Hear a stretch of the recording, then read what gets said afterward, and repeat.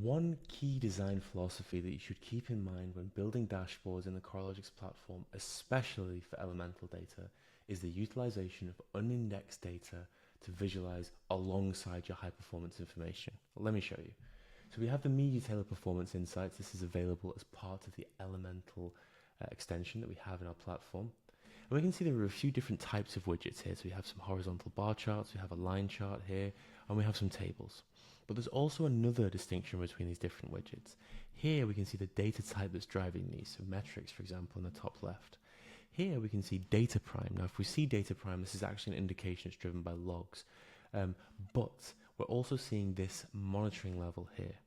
Now, what this means is that particular widgets are going out and querying the customer S3 bucket, in this case S3 for AWS, directly with no indexing and also no cost per query. So this is really, really powerful for a number of reasons. So let me give you an example. Here we are using metrics to generate lead time. Lead time is the time from which a transcode operation starts to the transcode operation finishes. This is different from average. It's actually a bit less accurate than average, but it does react very, very quickly. So if there's a sudden spike in lead time, this metric will spike much faster than an average will, and it will subsequently trigger an alarm very quickly as well. However, I want to know the average as well because that's going to give me a nice view of what's going on. But to compute the average, I need to be able to compare the various different logs on different session IDs. If I label a metric with session IDs, I'm going to end up with cardinality in the millions, and it's just not going to work. It's going to be a high cardinality metric that's not going to scale very well.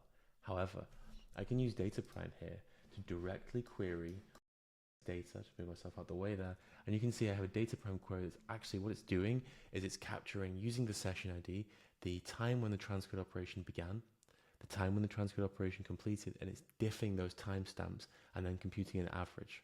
And this is really, really nice because what it means is you get a rapid view of what's going on using a Prometheus metric, a metric that's been generated from the logs actually.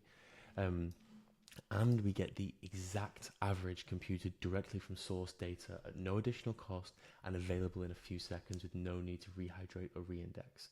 So that means that you make the cost saving by avoiding the indexing in the first place, but still get advantage of the data. This is why including unindexed data, a practice we're calling indexless observability, by the way, alongside your indexed data and your metrics means you get those rapid feedback metrics, those rapid feedback logs that you need, but also those super accurate, highly calculated values that give you a really deep insight into historical performance, historical operations as well. So whenever you're designing a dashboard, think, can I include high performance index data or high performance metric data? And is this a place where I can also include unindexed queries using the monitoring level? Because that's going to give me the deepest possible insight and the most information, the highest information density, and the best richness and quality of information in order to make decisions quickly, whether they're business driven or operational.